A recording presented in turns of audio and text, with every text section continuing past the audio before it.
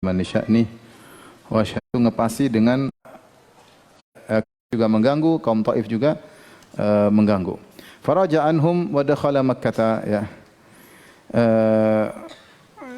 Ini gangguan kaum Taif dalam hal ini lebih parah daripada gangguan kaum Quraisy. Maka Ibnu Katsir berkata, lam yanal qaumuhu minhu akthar mimma nalu minhu. Apa yang digangguan dari kaumnya itu Quraisy tidak lebih parah daripada gangguan dari kaum Taif. Sama-sama apa? Sama-sama parah. Faraja anhum, maka beliau pun balik dari Taif, wa dakhala Makkah fi jiwaril Mut'im bin Adi. Kemudian beliau masuk ke kota Mekah dengan pengamanan dari Al-Mut'im bin Adi bin Naufal bin Abdi Manaf. Mut'im bin Adi bin Naufal bin Abdi Manaf. Wa ja'ala yad'u ila Allah. Maka beliau pun berdakwah di jalan Allah. Fa aslama Tufail bin Amr ad-Dausi. Lalu Tufail bin Amr ad-Dausi pun masuk Islam. Wa da'alahu Rasulullah sallallahu alaihi wasallam an yaj'al lahu ayatan. Kemudian Rasulullah SAW berdoa untuk Tufail bin Amr ad-Dausi agar Allah berikan bagi dia suatu karamah. Faja'ala Allahu fi wajhihi nuran, maka Allah jadikan pada wajahnya cahaya. Faqala, dia berkata, ya Rasulullah, akhsha an yaqulu hadza muthlah. Aku khawatir orang berkata ini ada luka di wajahku sehingga keluar cahaya. Fada'alahu fasara an-nuru fi sautihi.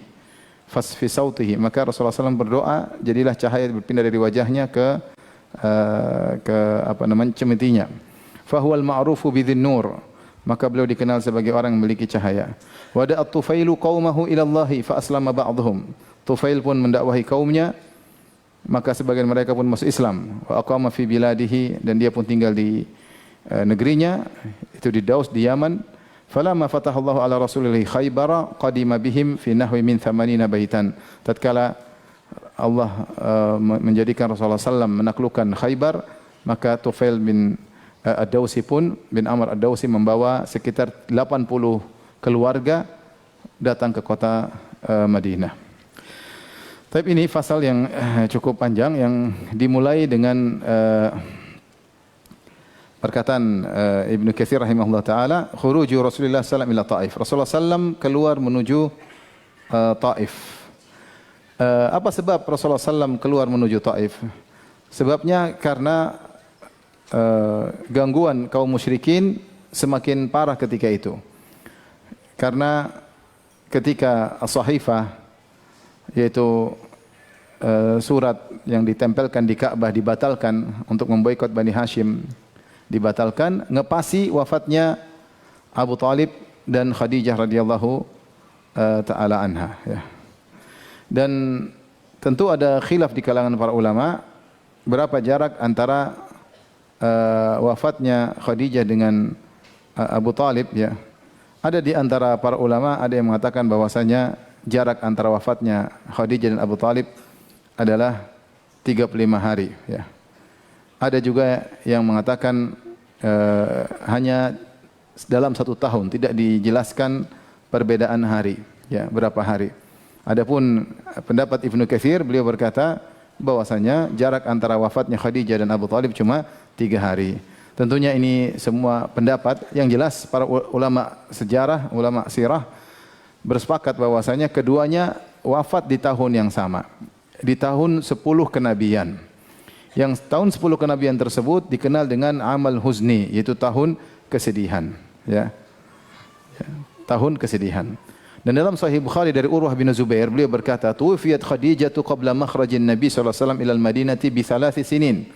Kata Urwah bin Zubair, dan kita tahu Urwah bin Zubair adalah ponakannya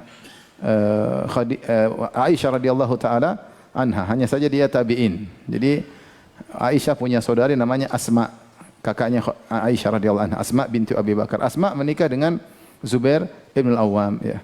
Dia punya anak namanya Abdullah bin Zubair. Abdullah bin Zubair sahabat. Adapun Urwah bin Zubair bukan sahabat. Makanya hadis ini adalah hadis mursal. Urwah bin Zubair berkata, Khadijah wafat, ya, sebelum Nabi berhijrah ke kota Madinah sekitar 3 tahun. Itu sekitar tahun 10 kenabian, dan ini diriwayatkan oleh Imam Bukhari dalam sahihnya. Dan tahun tersebut dinamakan dengan amal huzn, adalah tahun kesedihan. Kenapa tahun kesedihan? Ya, meskipun penamaan ini tidak datang dari Nabi sallallahu alaihi wasallam, tapi disebutkan oleh para ahli sirah. Karena mereka bayangkan bagaimana kesedihan yang dialami oleh Nabi sallallahu alaihi wasallam. Karena Nabi selama ini ketika berdakwah di luar ada yang pasang badan yaitu Abu Talib, dan ketika di dalam rumah ada yang menjadi pelipur lara yaitu Khadijah radhiyallahu taala anha. Dalam saat yang bersamaan atau waktu yang dekat kedua-duanya langsung tiada. Biasanya Rasulullah SAW kalau di luar ada yang bela, kalau di rumah ada yang pelipur lara ya. Namun kondisi sudah berubah ya.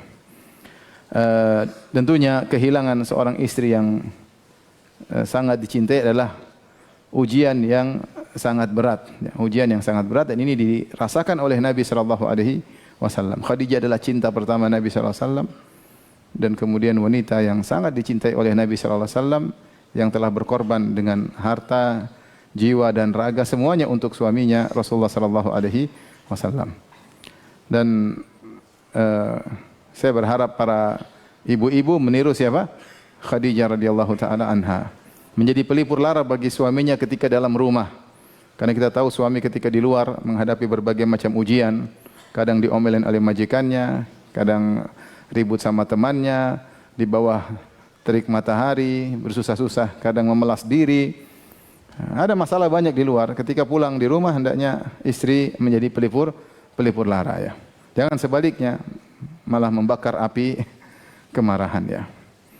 Karena banyak lelaki tidak kuat menghadapi kehidupan ketika di rumah ada masalah. Ya. Saya sering sampaikan hal ini, beberapa orang datang ke saya ngeluh ya. Ngeluh kenapa? Karena istrinya tidak sabar ya.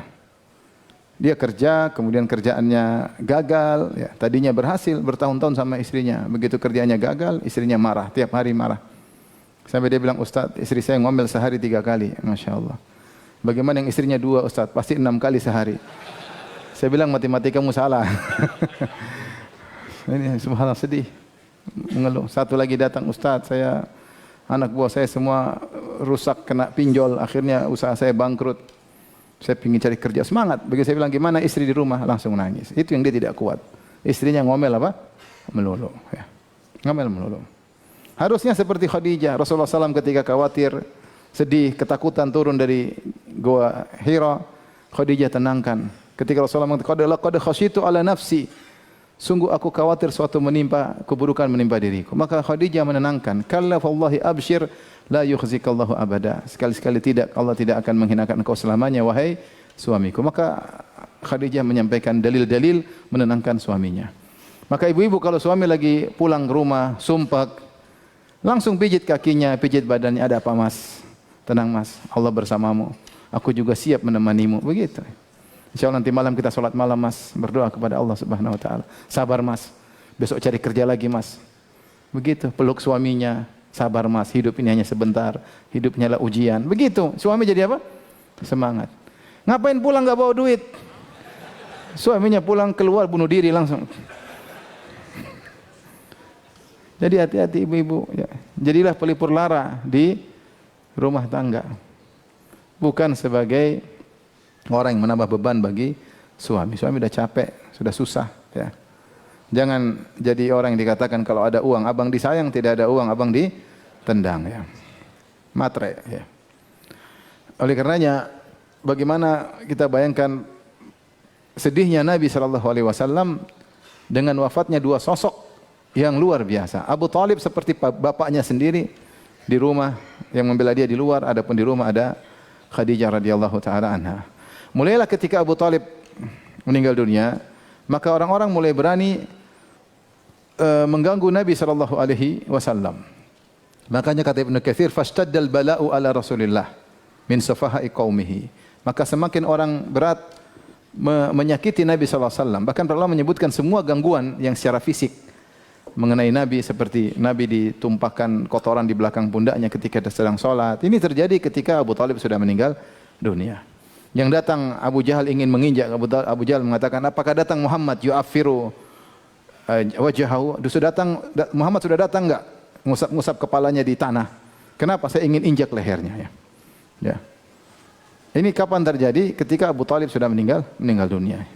Ketika orang hendak memukuli Nabi, maka dibela Abu Bakar. Kata Abu Bakar, ataqtuluna rajulan an yaqula rabbi Allah. Kalian hendak bunuh seorang yang mengatakan Tuhanku adalah Allah. Ini semua terjadi kapan? Ketika Abu Talib sudah wafat. Mereka berani mengganggu fisik Nabi sallallahu alaihi wasallam. Maka Rasulullah sallallahu alaihi wasallam berfikir ya, bagaimana sepertinya buntu di kota Mekah. Maka beliau berfikir untuk mencari dakwah di tempat lain, siapa tahu ada harapan ya. Maka terfikir bagi beliau untuk berdakwah di kota Taif. Dan kota Taif salah satu kota besar, makanya dalam Al-Qur'an Allah sebutkan dalam surat Zukhruf ayat 31, wa qalu laula nuzzila hadzal Qur'anu ala rajulin minal qaryataini azim. Mereka berkata, seandainya Quran tidak diturunkan kepada Muhammad, seandainya Quran itu diturunkan kepada seorang agung yang ada di antara dua kota ini, maksudnya Mekah dan Taif. Maksud mereka Urwah bin Mas'ud Ats-Tsaqafi. Maksudnya dua kota ini kota terkenal, Mekah dan apa? Taif. Banyak perdagangan di Taif, ada pasar-pasar terkenal. Ya. Maka di sana juga ada kabilah tersendiri, kabilah Tsaqif, bukan kabilah apa? Quraisy, kabilah yang saling bersaing. Kalau di Quraisy ada berhala Hubal, ya. Kalau di Taif ada berhala Lata. Berhala apa? Lata, ya. Jadi saling bersaing, berhalanya bersaing, pasarnya bersaing, kabilahnya bersaing. Maka Rasulullah SAW punya ide, bagaimana kalau pergi ke sana? Siapa tahu ya mereka bisa membantu Nabi, bisa menolong Nabi sallallahu alaihi wasallam. Maka di sini Al-Imam Ibnu Katsir berkata, fa kharaja Rasulullah sallam ila Taif. Maka Rasulullah SAW pergi ke Taif buat apa? Likai yu'wuh, agar mereka mengayomi Nabi. Wa yansuruhu ala qaumihi, agar mereka mau menolong Nabi melawan kaumnya yaitu Quraisy. Wa yamna'uhu minhum, agar bisa membela Nabi dari gangguan kaumnya yaitu kaum Quraisy. Maka Rasulullah SAW pun berjalan menuju ke Taif. Ya. Datang dalam riwayat, sebagian riwayat, ya, bahwasanya Rasulullah SAW ketika berdakwah, beliau berjalan menuju Taif dengan berjalan kaki. Ya. Al-Maqdisi dalam Ahadits Al-Mukhtarah dan juga diriwayatkan dalam Tabrani dalam Kitab Doa dari Abdullah bin Ja'far Dzul-Janahain, dari anaknya Ja'far bin Abi Talib itu Abdullah. Beliau berkata, "Lamma mata Abu Talib kharaja Nabi sallallahu alaihi wasallam ila Taif masyian ala qadamai."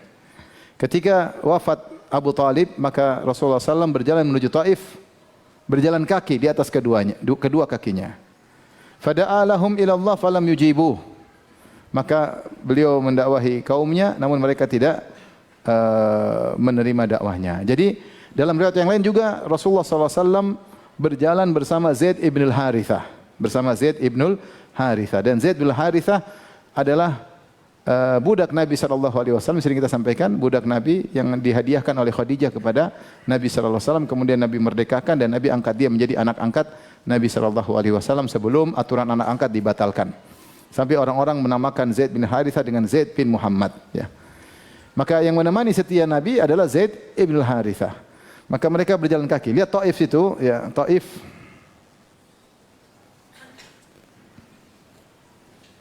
Taif. Kelihatan situ.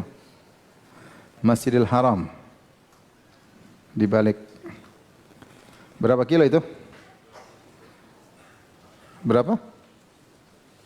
Enggak ada tulis itu berapa kilo. Sekitar 100 kilo. Ada tulisannya enggak? Cuma jam doang ya. Coba lihat di Google berapa kilo.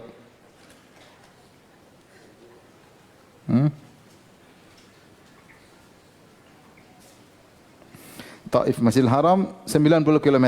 90 km Rasulullah SAW jalan berdakwah dengan jalan kaki. Kenapa? Sebagian ulama mengatakan Rasulullah SAW tidak ingin menarik perhatian. Karena kalau ketahuan Rasulullah SAW pergi ke Taif maka akan jadi bahan gunjingan. Tuh Muhammad sudah putus asa, tidak mau lagi dakwah di Mekah. Makanya dia pergi ke Taif. Kalau naik kendaraan jadi pusat perhatian. Maka Rasulullah jalan kaki. Supaya tidak ketahuan. Ada yang mengatakan demikian, Allahu ta'ala alam bisawab. Ya.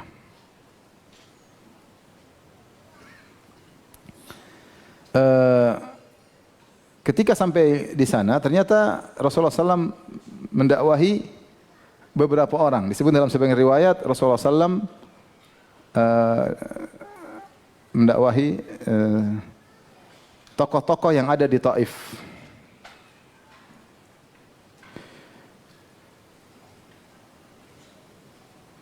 Di antaranya Abdul Yalail, ya. kemudian Mas'ud dan Habib, ya. Tiga orang ini adalah pembesar-pembesar kota Taif. Rasulullah SAW datangi secara khusus untuk mendakwahi mereka. Dan ini metode Nabi SAW. Ini metode benar, ya. Rasulullah SAW mendatangi pembesar-pembesar dengan harapan jika pembesar-pembesar tersebut masuk Islam, maka anak buahnya akan ikut. Ini metode benar atau tidak? Benar. Makanya ketika Rasulullah SAW berdakwah, nanti akan kesampaikan, berdakwah di musim haji di Mina, Rasulullah SAW juga fokus menuju kepada pembesar-pembesar. Karena kalau pembesarnya masuk Islam, maka yang lainnya mudah untuk mengikuti. Biasanya anak buah ikut. Hanya saja Rasulullah SAW ditegur oleh Allah dalam surat Abasa, bukan karena Nabi mendakwahi pembesar-pembesar Quraisy, tetapi karena Nabi berpaling dari Ibnu Ummi Maktum. Ya. Allah berfirman, Abasa wa tawalla an ja'ahul a'ma. Wa ma yudrika la'allahu yazakka. Ya. Jadi dia berpaling dari muka masam. Kapan Rasulullah SAW sedang sibuk mendakwahi pembesar-pembesar Quraisy, tahu-tahu Ibnu Ummi Maktum dia tidak lihat, dia datang menuju kepada Nabi minta didakwahi, lagi pingin diceramain. Nabi berpaling karena seakan-akan dia lagi sibuk, fokus. Kemudian ini ada yang ganggu, maka Rasulullah SAW berpaling. Allah tegur. Allah tegur. Karena sikap Nabi ketika itu salah, meskipun benar orang-orang pembesar ini perlu diperhatikan, tapi ketika ada yang datang semangat jangan diabaikan. Ini masih belum jelas, ini sudah jelas, ya. Maka yang sudah jelas lebih utama untuk diperhatikan. Maka Allah tegur Nabi. Tetapi ide Nabi untuk mendakwai pembesar-pembesar itu sering Nabi lakukan. Makanya Rasulullah SAW kirim surat kepada para pembesar, kepada Raja Persia, kepada Raja Quraisy, kepada Raja Mesir, supaya kalau dia masuk Islam semuanya juga akan masuk Islam. Makanya Rasulullah SAW ketika mengirim surat kepada Heraklius, Rasulullah SAW mengatakan, aslim taslam, masuk Islam kau akan selamat. Kemudian Rasulullah mengatakan, wa in tawallait fa inna ma 'alaika itsmul arisin. Kalau kau tidak masuk Islam, kau berpaling, maka kau akan menanggung dosa rakyatmu. Jadi maksudnya kalau ada orang fokus dakwah ke pembesar, ke orang-orang terkenal, itu boleh-boleh saja. Tapi jangan mengabaikan yang lain. Itu salah satu metode dengan tidak mengabaikan yang lain. Ketika Nabi mengabaikan bermuka masam dari Ibnu Ummi Maktum, maka Allah pun menegur Nabi sallallahu alaihi wasallam. Nabi bermuka masam pun karena Ibnu Ummi Maktum tidak melihat. Artinya dia tidak tahu kalau Nabi bermuka masam. Yang tahu siapa? Allah. Makanya Allah tegur Nabi sallallahu alaihi wasallam, ya. Taib, maka pergilah Nabi sallallahu alaihi wasallam kepada tiga orang ini untuk mendakwahi mereka. Ternyata Nabi mendapati sikap yang buruk dari mereka, ya. Di antaranya ada yang berkata, Mas'ud berkata, ini mereka inilah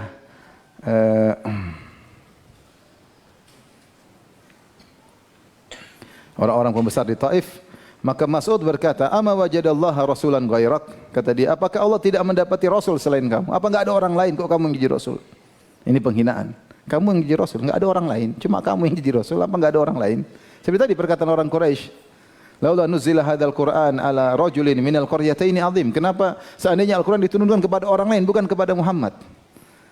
Dan ini hinaan, ya, hinaan. Kemudian ada yang berkata, Habib, demi Allah aku tidak akan berbicara dengan engkau. Kalau kau ternyata seorang rasul, terus saya bantah, bahaya. Kalau kau pendusta juga bahaya. Mending saya enggak usah ngomong. Intinya enggak usah ngomong. Enggak usah ceramain saya enggak mau ngomong. Ya.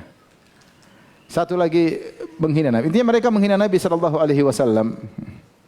Yang berkata, jika engkau adalah seorang rasul, maka aku bahaya untuk membalas perkataanmu. Adapun jika kau seorang pendusta atas nama Allah, maka tidak pantas bagiku untuk berbicara denganmu, ya. Akhirnya mereka satunya lagi mengatakan, kalau kau seorang rasul, saya akan merobek kiswah Ka'bah. Rasul kayak kamu, saya akan robek kiswah Ka'bah. Ini semua tiga-tiganya menghina Nabi sallallahu alaihi wasallam. Ini semua beriman bahwasanya ada Allah, tapi mereka mendustakan Muhammad utusan Allah. Maka ketika itu Rasulullah SAW berkata, akhfu anni, tolong rahasiakan beritaku. Rasulullah tetap berusaha, meskipun mereka mencela Nabi sallallahu alaihi wasallam, Rasulullah bilang, tolong sembunyikan beritaku. Karena kalau berita ini sampai ke Quraisy jadi digoreng, kalau zaman sekarang digoreng jadi viral, Muhammad dicela, dihina. Maka Rasulullah berusaha, ya sudah kalau kalian enggak terima, enggak usah cerita tentang aku. Ya. Ternyata mereka kurang ajar, ya. Ketika Rasulullah SAW pun pulang, maka mereka pun memprovokasi ya anak-anak dan orang-orang bodoh ya untuk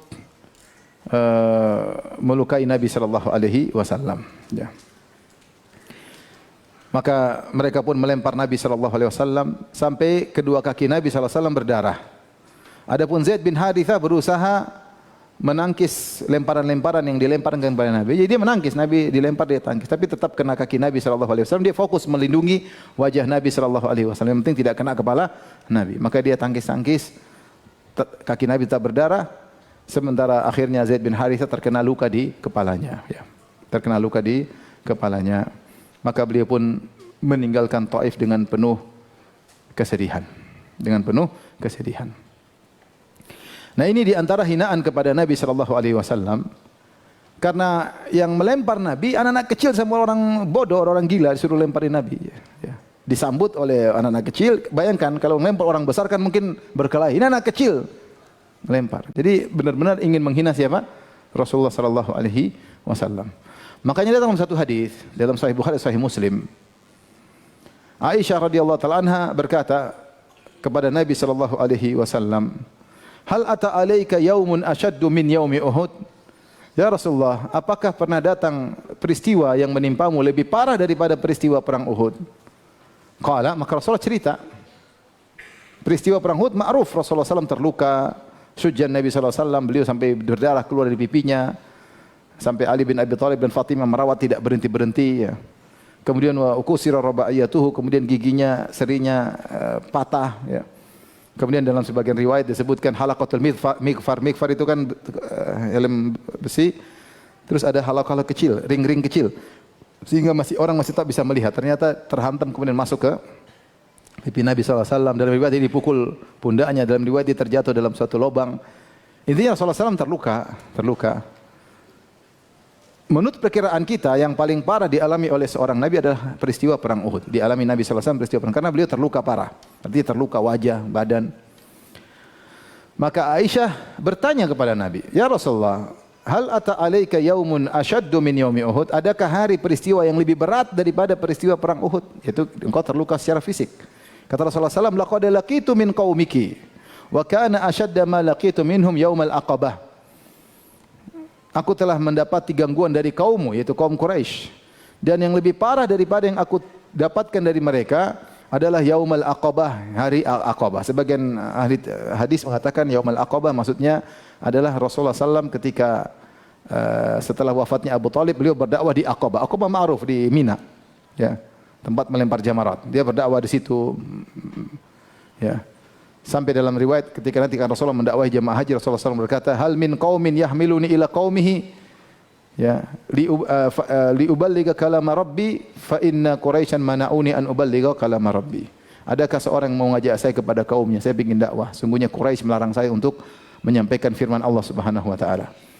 Kemudian beliau berkata, "Id aradtu nafsi ala abdin ya Lail bin Abdi Kulal, falam yujibni ila ma aradtu." Ketika aku mendakwahkan berdakwah kepada seorang namanya Abdin Yalail bin Abdu Yalail bin Abdi Kulala. Sebenarnya mengatakan maksudnya di Taif ketika dia tidak bisa berdakwah di Mekah, berdakwah di Mina, sulit, maka beliau pergi ke Taif ketemu dengan Abdu Yalail bin Abdi Kilal. Maka dia tidak menerima dakwahku. Tadi 3 orang tadi yang menghina Nabi. Dia mengatakan, "Kalau kau Rasul saya robek kiswah Ka'bah. Kalau kau Rasul ya ngapain bicara sama kamu? Kalau saya bantah bahaya. Kalau kau pendusta, ngapain bicara sama kamu?" Enggak ada. Yang satu bilang, "Enggak adakah kok kamu yang jadi Rasul, enggak ada Rasul yang lain." Ini semua hinaan-hinaan, belum dilempar oleh anak-anak. Akhirnya ketika aku ditolak, fantolaktu wa ana mahmumun ala wajhi. Maka pun saya pergi meninggalkan mereka, yaitu di Taif, saya tinggalkan Taif dalam kondisi mahmumun ala wajhi, yaitu aku penuh kesedihan. Falam astafiq illa wa ana biqarni tha'alib. Dan akhirnya aku tidak sadar kecuali ketika aku berada di Qarni Tha'alib. Qarni Tha'alib itu maksudnya Qarnul Manazil ya. Saya di sini jelas. Disebutkan oleh Qarnul Manazil dari Taif. Ini Qarnul Manazil dari Taif. Coba lihat dari atas Taif ke bawah Qarnul Manazil, ke kiri Mekah. Paham? Lihat enggak? Dari atas Taif, di bawah dari bawah Taif, kemudian di atas Qarnul Manazil, kemudian ke kiri apa? Mekah. Dari Taif, dari bawah ke atas Qarnul Manazil itu jaraknya kurang lebih 45 km, sekitar 40 km. Rasulullah SAW berjalan dari Taif sekitar 40 km. Dan beliau mengatakan, "Falam astafiq," dan aku tidak sadar. Saking apa? Saking sedihnya, bingung, sedih. Illa wa ana bi Qarnil Sa'alib, sampai aku tiba di Qarnil Sa'alib, itu Qarnul Manazil. Farafa'tu ra'si fa idza bi sahabatin qad adallatni. Kemudian aku angkat kepalaku, tiba-tiba ya aku melihat ada awan menaungiku ya. Ya. Fa nadhartu fa idza fiha Jibril fanadani. Aku lihat ke langit, tiba-tiba ada Jibril alaihissalam ya. Ini adalah hari yang paling berat bagi Nabi sallallahu alaihi wasallam. Kemudian Jibril berkata, "Inna Allah qad sami'a qawla qaumika wa ma raddu alaika." Ya Muhammad, ya Rasulullah, sungguhnya Allah telah mendengar perkataan kaummu terhadap dirimu dan bagaimana bantahan mereka terhadap dirimu. Wa qad ba'atha ilaika malakal jibal lita'murahu bima syi'ta. Dan Allah telah mengirim kepada engkau malaikat gunung agar kau perintahkan yang kau kehendaki. Fanadani malakul jibal, maka malaikat gunung pun memanggilku dan berkata, fasallama alaihi, dia mengucapkan salam kepadaku. Tsumma qala ya Muhammad, kemudian berkata, ya Muhammad, innallaha qad sami'a qaula qaumika wa inni malakul jibal. Sungguhnya Allah telah mendengar perkataan kaummu dan aku adalah malaikat pengatur gunung atau penjaga gunung. Wa qad ba'athani rabbuka ilaika lita'murani bi amrika. Sungguh Allah telah mengutusku kepadamu agar kau perintahkan aku terkait dengan urusanmu. In syi'ta an utbiqa alaihimul akhshabain. Kalau kau mau aku akan kumpulkan. Kita kumpulkan dua gunung, aku timpakan kepada mereka. Dua gunung maksudnya Jabal Abu Qubais dan Jabal Qayqi'an di kota Mekah. Disebut Al-Akhshab, maksudnya gunung yang keras. Diangkat di dekat kota Mekah, kemudian ditimpakan pada penduduk kota Mekah dan juga penduduk kota Taif. Ya.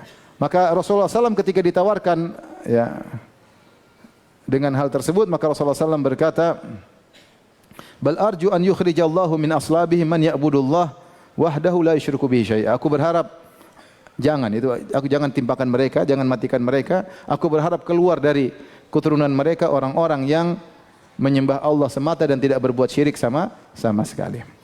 Yang ingin saya sampaikan bahwasanya Nabi SAW merasa hari itu adalah hari yang paling berat, lebih karena gangguan mental, dan itu dirasakan berat oleh Nabi SAW. Dan Nabi sering diganggu oleh orang-orang Quraisy terkait dengan mental. Makanya dikatakan kahin, dukun, syair, penyair gila, dikatakan penyihir, dikatakan tersihir, dikatakan pemutus silaturahmi, dikatakan keluar dari adat tradisi nenek moyangnya. Yang itu menjadikan Nabi bersedih. Makanya Allah mengatakan, qad na'lamu annaka yadhiqu sadruka bima yaqulun. Sungguh kami tahu bahwasanya dadamu sesak akibat perkataan mereka. Tetapi lebih parah adalah perkataan orang Taif. Karena Nabi waktu ke sana berharap mereka masuk Islam dan berharap mereka membantu Nabi. Ternyata mereka malah menghina Nabi sallallahu alaihi wasallam. Kemudian mereka hadirkan anak-anak kecil untuk menghina Nabi sallallahu alaihi wasallam. Itu lebih berat dirasakan oleh Nabi daripada ketika di mana di Uhud. Daripada di Uhud ya, hinaan-hinaan tersebut ya. Benar ada gangguan fisik, kaki Nabi berdarah, tapi kaki berbeda dengan wajah ketika di Uhud wajah terluka. Jadi memang bagi orang-orang yang mulia seperti Nabi SAW, ternyata gangguan mental lebih parah daripada gangguan apa? Fisik. Apalagi Nabi seorang mulia, tadinya diberi gelar Al-Amin, orang terpercaya, kemudian dituduh yang tidak-tidak, maka ini sangat berat bagi Rasulullah sallallahu alaihi wasallam. Tapi intinya Nabi sallallahu alaihi wasallam pun diganggu oleh anak-anak, maka disebutkan Nabi sallallahu alaihi wasallam kemudian berdoa dengan doa yang masyhur ya. Doa ini ya datang dalam riwayat-riwayat yang lemah tapi saling menguatkan ya. Lemahnya pun dha'fun yasir, hanya sedikit lemahnya, tetapi disebut oleh para ulama tentang doa ini, tanya Ibnu Taimiyah, Ibnu Qayyim dan banyak ulama menyebut tentang doa ini. Ya. Ketika Rasulullah SAW sedih habis dilemparin meninggalkan kota Taif, maka kemudian beliau fa'ata dhilla syajaratin. Beliau mendatangi bernaung di bawah sebuah pohon, fa shalla tahtaha rak'atain. Kemudian beliau salat 2 rakaat di bawah pohon tersebut. Setelah itu tsumma qala, kemudian beliau berdoa, Allahumma ilaika ashku dha'fa quwwati atau dha'fa hawani. Ya Allah, kepada Engkau lah aku mengeluhkan tentang lemahnya ya diriku ya. Dalam riwayat wa qillata hilati dha'fa quwwati, aku adukan kepada Engkau tentang lemahnya kekuatanku. Wa qillata hilati, dan sedikitnya kemampuanku. Wa hawani 'alan nas, dan kehinaanku di hadapan manusia. Ya, Rasulullah mengeluh kepada siapa? Kepada Allah Subhanahu wa taala. Aku susah, aku rendah, orang-orang hinakan aku, dilemparin oleh anak-anak, dihina dengan membabi buta oleh orang-orang Taif. Padahal mereka tahu Muhammad ini siapa. Muhammad ini kakeknya dulu penguasa Mekah. Tapi mereka hina dengan hinaan yang luar biasa. Sampai Rasulullah mengatakan begitu. Allahumma inni ashku ilaika dha'fa quwwati wa qillata hilati wa hawani 'alan nas. Ya Allah, aku keluhkan kepada Engkau, adukan kepada Engkau tentang lemahnya kekuatanku, sedikitnya kemampuanku, dan kehinaanku di hadapan manusia. Ya Rabbal Mustad'afin, Anta Rabbul Mustad'afin, Engkau adalah Tuhannya orang-orang yang lemah. Anta Arhamur Rahimin, Engkau adalah Zat yang paling Maha Penyayang di antara yang menyayangi.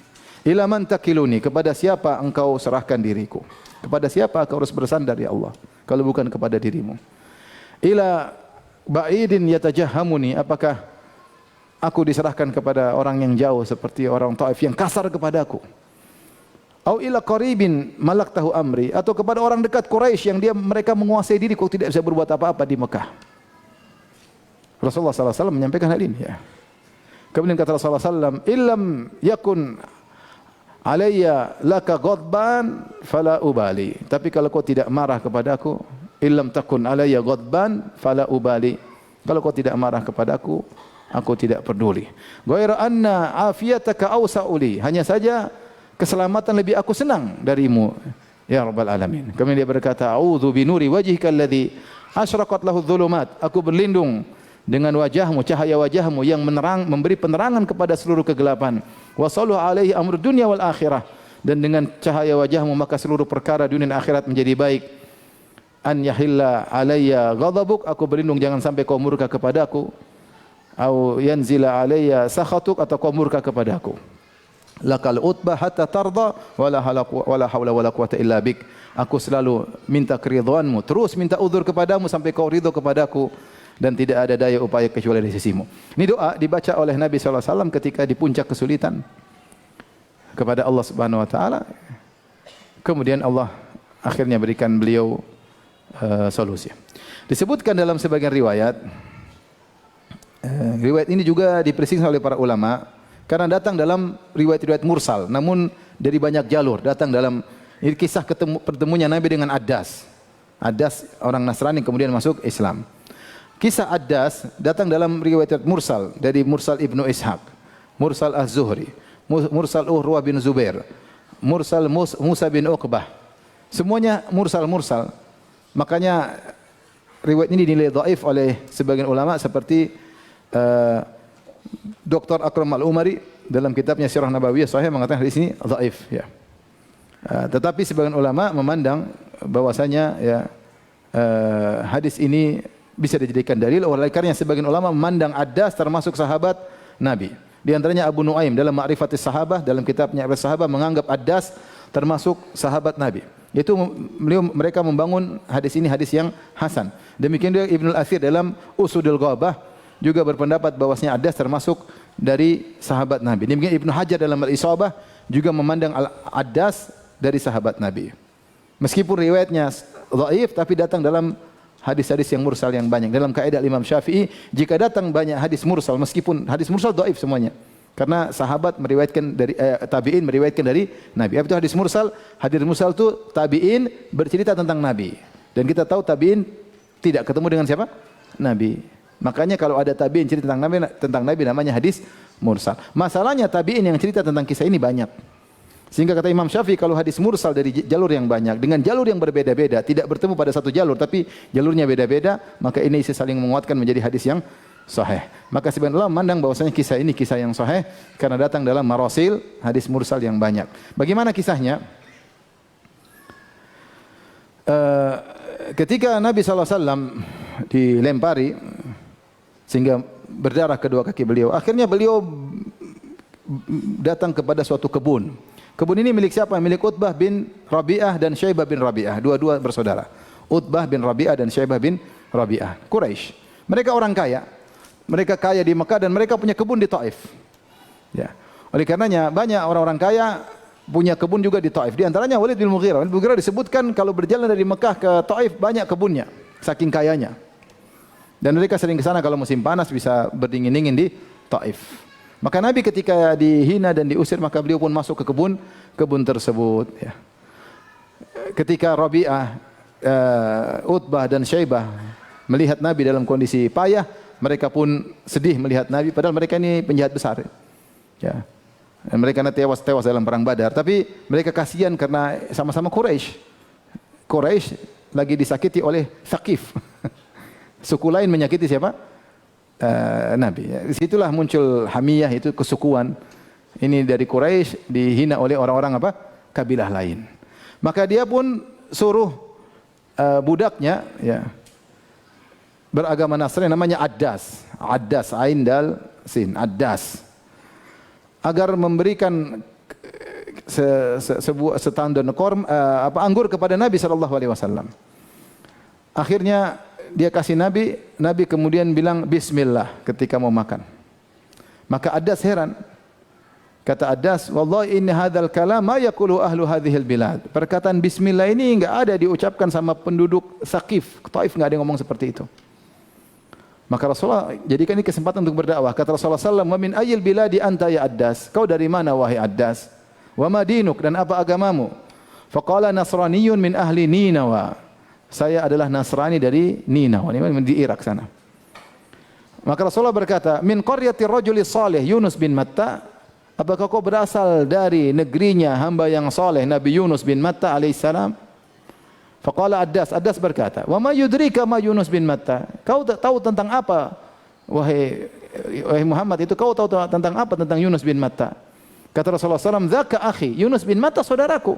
Kana nabiyan, dia adalah seorang nabi, wa ana nabi, saya juga seorang nabi." Fa akabba Addasun ala Rasulillah yuqabbilu ra'sahu wa yadayhi wa qadamaihi. Maka dia pun tersungkur kemudian mencium kepala Nabi, mencium kedua tangan Nabi dan mencium kaki Nabi sallallahu alaihi wasallam. Akhirnya dia masuk apa? Masuk Islam. Di Taif sekarang ada kebun, mereka bilang kebun Addas. Wallahu alam benar atau tidak. Konon ya, tentu tidak ada sanadnya, tapi begitulah orang-orang cerita sehingga bisa buat cerita. Tapi intinya Rasulullah SAW ketika dilempar, beliau beristirahat sebentar di kebun tersebut. Maka kemudian Rasulullah SAW pun berjalan setelah itu menuju Mekah. Tadi akhirnya beliau seperti linglung, seperti bingung apa yang harus beliau lakukan, dengan penuh kesedihan, dihina oleh orang-orang Taif sampai akhirnya tiba di Qarnul Manazil. Qarnul Tha'lib maksudnya Qarnul Manazil. Mikotnya penduduk Ahlu Najd. Ahlu Riyadh, penduduk Riyadh kalau mau masuk Mekah mereka lewat Sailul Kabir atau Qarnul Manazil. Di situlah Nabi didatangi malaikat gunung. Kemudian menawarkan untuk menimpakan kedua gunung kepada penduduk kota Mekah sekaligus penduduk kota Taif.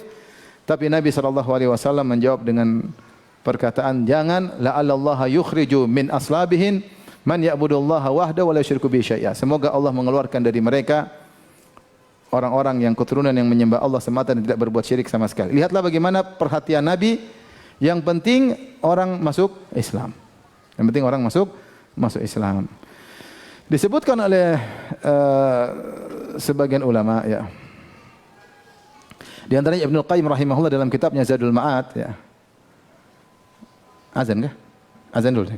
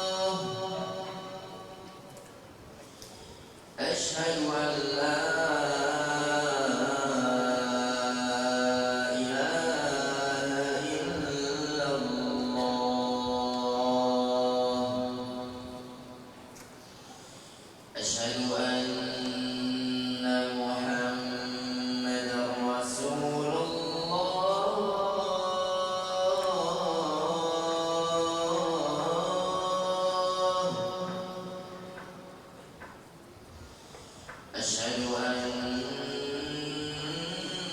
محمدا رسول الله حي على الصلاة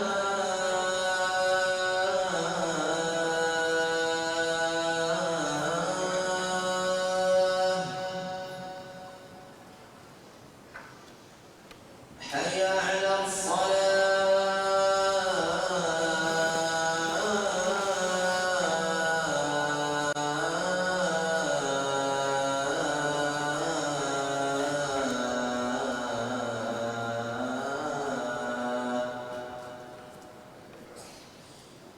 حي على الفلاح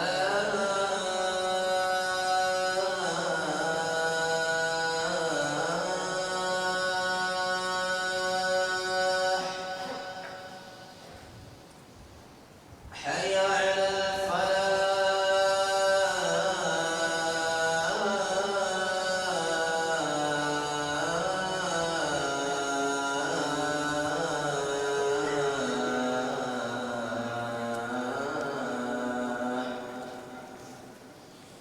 الله أكبر الله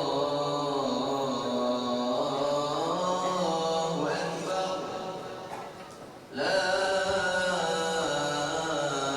إله إلا الله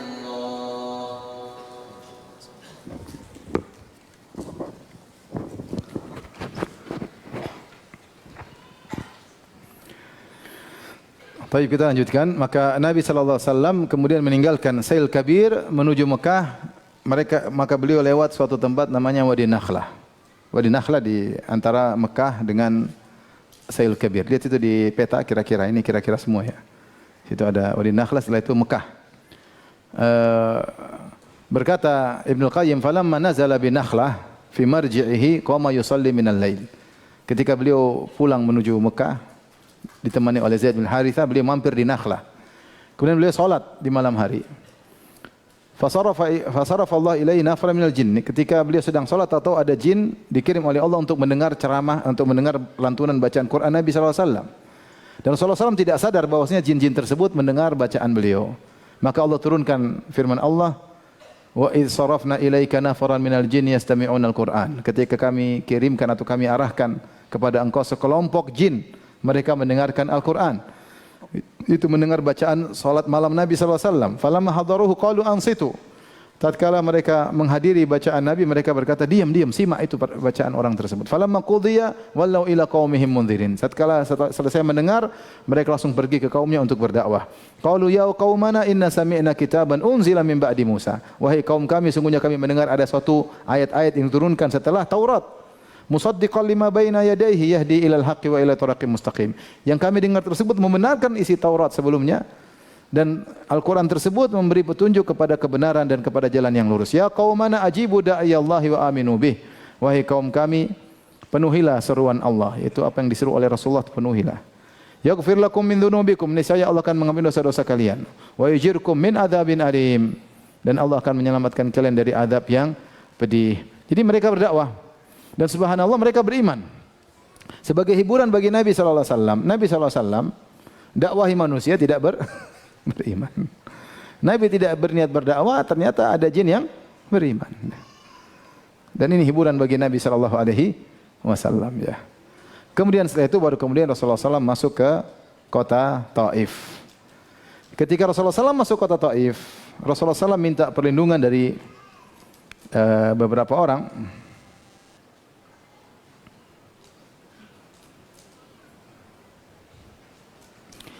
Sempat Zaid berkata, "Wahai Rasulullah, bagaimana kau kembali ke kota Mekah sementara penduduk kota Mekah telah mengusirmu?" Maka Rasulullah mengatakan, "Ya Zaid, Allah akan berikan solusi. Sungguhnya Allah akan nasirun dinahu, ya.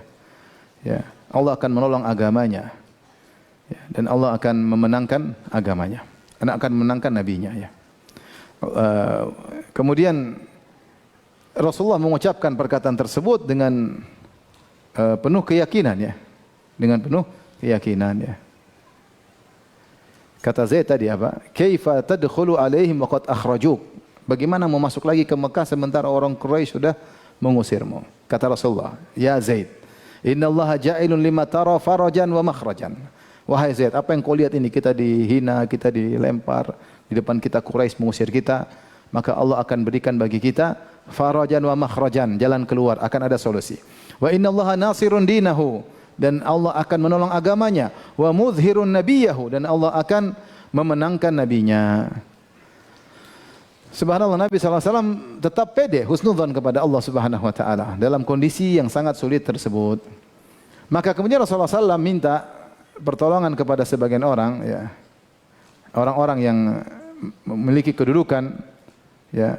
Ternyata tidak seorang pun dari Bani Hashim yang dapat memberikan perlindungan. Karena pembesar Bani Hashim Abu Talib sudah meninggal dunia. Yang tinggal pembesar Banu Hashim tinggal Abu Lahab. Enggak mungkin minta tolong sama Abu Lahab. Kemudian Rasulullah SAW juga menuju Al-Akhnas bin Syuraik. Namun dia juga tidak bisa menolong Nabi. Dia bukan penduduk asli kota Mekah. Rasulullah SAW minta perlindungan dari Suhail bin Amr, salah seorang pembesar Mekah. Suhail juga menolak untuk membantu Nabi SAW. Ya. Akhirnya Rasulullah SAW minta bantuan kepada Mut'im bin Adi. Mut'im bin Adi tadi yang kita sebutkan. Ya. Rasulullah SAW minta tolong kepada Mut'im bin Adi bin Naufal bin Abdi Manaf, yang kakek Nabi ketemu dengan dia dengan Abdu Manaf Quraisy. Akhirnya Mut'im bin Adi pun siap untuk membantu Nabi sallallahu alaihi wasallam. Dia berkata, "Ilbasus silah wa kunu inda arkanil bait." Dia bilang sama kaumnya, semua bawa pedang, semua bawa senjata. Kemudian hendaknya kalian berada di 4 sisi Ka'bah. Fa inni qad ajartu Muhammadan, sungguh aku telah memberi perlindungan. Dia kafir. Tapi saya telah beri perlindungan kepada Muhammad. Maka Rasulullah SAW pun datang bersama Zaid bin Harithah sampai tiba di Masjidil Haram. Kemudian Mut'im bin Adi di atas tunggangan dia berkata, "Ya ma'syara Quraisy, inni qad ajartu Muhammadan." Wahai Quraisy, aku sudah melindungi Muhammad. Maka Rasulullah SAW pun tiba di Hajar Aswad. Kemudian Rasulullah sentuh Hajar Aswad. Kemudian Rasulullah SAW salat 2 rakaat. Kemudian Rasulullah SAW pergi ke rumahnya. Sementara Mut'im bin Adi dan anak-anaknya semua pegang pedang mengawasi Nabi SAW. Ini Mut'im bin Adi punya jasa 2 kali. Jasa pertama kapan? Dia termasuk 5 orang yang membatalkan sahifah, ya. Tadi surat pemboikotan. Salah satunya Mut'im bin Adi. Jasa kedua, dialah yang memberi perlindungan kepada Muhammad ketika untuk masuk lagi ke kota Mekah. Makanya ketika perang Badar, Rasulullah SAW menawan 70 orang Quraisy. Kata Rasulullah SAW, "Lau kana Mut'im bin Adi hayyan, fakallamani fi haula'i natana." Kalau seandainya Mut'im bin Adi masih hidup, terus dia bilang, "Muhammad, lepaskan 70 orang ini, saya akan lepaskan untuk dia." Kenapa? Rasulullah SAW ingat kebaikannya. Kemudian Rasulullah SAW masuk ke kota Mekah, kemudian beliau berdakwah lagi. Baik, tinggal sedikit. Masih sabar? Biar cepat habis, nanti kalau ini nggak habis. Baik, tentang kisah Tufail bin Amr. Tufail bin Amr Ad-Dausi sama dari kabilahnya siapa? Abu Hurairah. Abu Hurairah Ad-Dausi dari Yaman. Ya. Tufail bin Amr Ad-Dausi, ya, datang dalam hadis yang sahih, ya. Dalam Sahih Al-Bukhari, ya. Saya bacakan hadisnya. Hadis riwayat Al-Bukhari. Jadi Tufail ini dia datang menuju Nabi SAW, dia masuk Islam. Setelah masuk Islam dia berdakwah kepada kaumnya. Ya. Ternyata kaumnya menolak Tufail bin Amr Ad-Dausi. Adapun kisah Islamnya, maka datang dalam riwayat, ya, dari Sirah Ibn Hisham dengan riwayat yang mursal. Dia berkata, "Famazalu bi hatta azamtu alla asma'a minhu syai'an." Ketika dia masuk ke kota Mekah, orang-orang Mekah datang mendekati dia. "Jangan dengar Muhammad, hati-hati. Muhammad penyihir. Sekali kau dengar kau tersihir." Selalu begitu. Hati-hati, jangan dengar Muhammad. Sekali kau dengar dia, engkau akan tersihir. Perkataannya pasti menyihir. Mereka ngomong terus. Sampai kata Tufail bin Amr Ad-Dausi, "Sampai aku bertekad tidak mau mendengar satu kata pun dari Muhammad. Wa hasyautul kursuf fi udhuni." Saya ambil kain masukin ke telingaku. Fi udhunayya, saya masukin. Ya, saya enggak mau dengar. Karena saking ngerinya, ini penyihir. Sekali dengar tersihir. Kayak narkoba. Sekali pakai ke narkoba. Udah gini. Faqadautu yaumin, tapi Allah mentakdirkan hidayah. Suatu hari dia pergi ke Masjidil Haram. Wa idza bi Rasulillah sallallahu alaihi wasallam qa'imun yusalli indal Ka'bah. Rasulullah sedang salat di Ka'bah. Fa aballahu ila an asma' qaulahu. Ternyata Allah berkehendak kau mendengar sebagian bacaan Qur'annya. Rasulullah baca Quran sambil keras. Fa sami'tu kalaman hasanan. Saya dengar kok indah ini perkataan Muhammad. Ini sihir ini yang dibilang sihir. Fa qultu wallahi inni la syairun labib. Saya ini penyair yang handal, penyair hebat. Kenapa saya tidak dengar? Saya kan bisa nilai. Saya tidak bodoh, saya bisa nilai sihir atau bukan. Fama yamna'uni an asma'a ma yaqulu hadzal rajul. Apa yang menghalangiku untuk mendengar ucapan orang ini? Fa in kana hasanan qabiltu, kalau baik saya terima. Wa in kana qabihan taraktuhu, kalau buruk saya tolak. Kemudian kemudian dia pun dekat dengan Nabi, ternyata indah. Kemudian dia datang kepada Nabi, akhirnya dia masuk Islam. Setelah dia masuk Islam, dia semangat, dia pulang ke Yaman dakwah. Pulang ke Yaman berdakwah, ternyata orang-orang Yaman pada menolak dakwahnya. Maka dia balik kepada Nabi. Ya, mereka ngeyel, mereka menolak dakwah Tufail bin Amr ad-Dawsi, maka dia datang mengeluh kepada Nabi dalam Sahih Bukhari. Kalau tadi hadis mursal, ini Sahih Bukhari. Kisah Islamnya hadisnya mursal. Tapi kisah dia mengadu kepada Nabi, kaumnya menolaknya, hadisnya sahih. Dia berkata, ya Rasulullah, inna Dausan qad asat wa abad. Ya Rasulullah, kabilahku Daus pembangkang. Ya. Menolak untuk masuk Islam. Fa'dullah alaiha, ya Allah, ya Rasulullah, doakanlah kehancuran buat mereka. Dia udah jengkel. Farafa Nabi sallallahu alaihi wasallam yadayhi, Rasul angkat kedua tangannya. Ini di antara dalil bosnya berdoa dengan kedua tangan. Fa dhanna an-nasu annahu yad'u alaihim. Orang-orang menyangka Rasulullah akan doakan kehancuran bagi kabilah Daus. Di antara kabilah Daus ada Abu Hurairah. Wa fi riwayatin faqila halakat Daus. Orang-orang berkata binasa Daus, binasa Daus. Rasulullah sudah begini. Kalau saya bilang ya Allahumma alaika bi Daus, ya Allah hancurkan kabilah Daus, sudah selesai. Kata orang-orang binasa Daus. Faqala, tiba-tiba Rasulullah doanya berbeda. Beliau berdoa Allahumma hdi Dausan wa'ti bihim. Ya Allah berilah petunjuk hidayah kepada Daus, buatlah mereka datang kepadaku.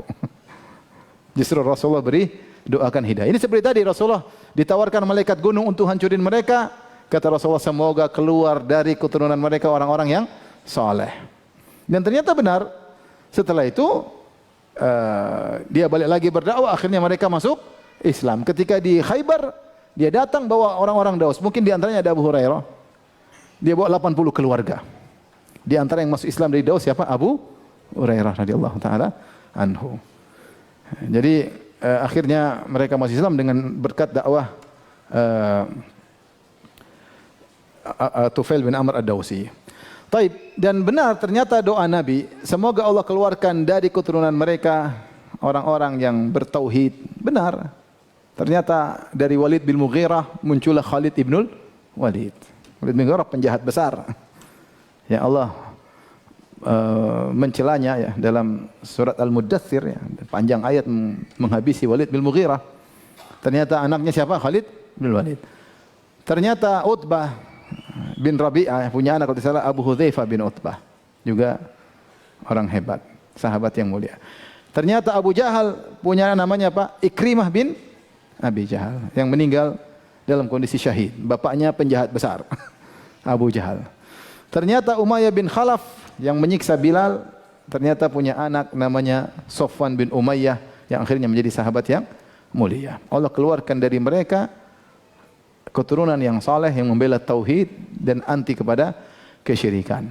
Subhanallah. Adapun Taif ternyata Rasulullah SAW akhirnya pada tahun 8 Hijriyah setelah menaklukkan kota Mekah, Rasulullah SAW menyerang Taif. Menyerang apa? Taif. Ya. Rasulullah SAW menyerang dalam perang Taif yang agak ulet.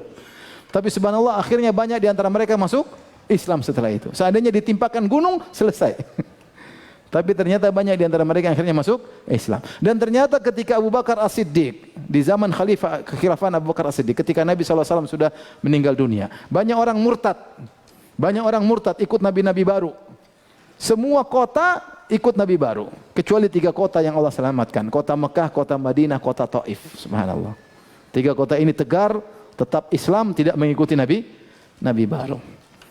Wa asa an takrahu syai'an wa huwa khairul lakum. Bisa jadi kalian benci sesuatu ternyata baik bagi kalian. Inilah kisah tentang Nabi SAW berdakwah di kota Taif. Tentu kita tahu ternyata perjuangan agar Islam sampai kepada kita ternyata tidak mudah. Nabi SAW diuji dengan ujian-ujian yang berat, dan semakin orang tinggi imannya semakin berat apa? Ujiannya. Wallahu ta'ala alam bisawab. Kalau ada yang bertanya saya persilakan.